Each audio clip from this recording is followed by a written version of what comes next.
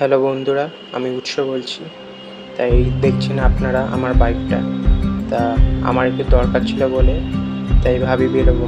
তা বেরিয়ে দেখি বাইকটার অবস্থা পুরো পাংচার হয়ে আছে পেছনের চাকা। তা বুঝলাম আগের দিন রাতে যখন একটু দরকারে বেরিয়েছিলাম তখনই কিছু একটা হয়ে আছে। কারণ এখন বর্ষার দিন, কোথায় কি জলের নিচে ঢুকে আছে গর্তে বোঝা যাচ্ছে না। তা তখন এই ভারী বাইকটা ঠেলতে ঠেলতে একটা দোকানে নিয়ে গেলাম, দেখি দোকানটা বন্ধ। তখন অগত্যা কী করব তাই ভেবে সামনের দোকানে এগিয়ে চললাম। তা গিয়ে আর একটা দোকান পেলাম। তা গিয়ে দেখি কাকু কাজে খুব ব্যস্ত।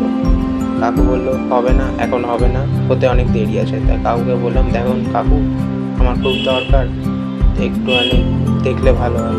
কাকু বললো ঠিক আছে, একটু দাঁড়াও, আমি আমার হাতের কাজটা শেষ করে বলছি। তারপর কাকু হাতের কাজ শেষ করে আমার বাইকে হাত দিল।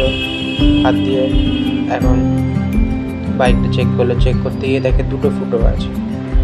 সেই দোকানে ফুটো ঠিক করলো। তা এখনকার দিনে আর আগের মতো টায়ার কেটে ফিক্স করে না, দেখলাম দুটো গাম স্টিকার বের করলো। তা সেটা দিয়ে আমার বাইকটা ফুটোটা আটকে দিল।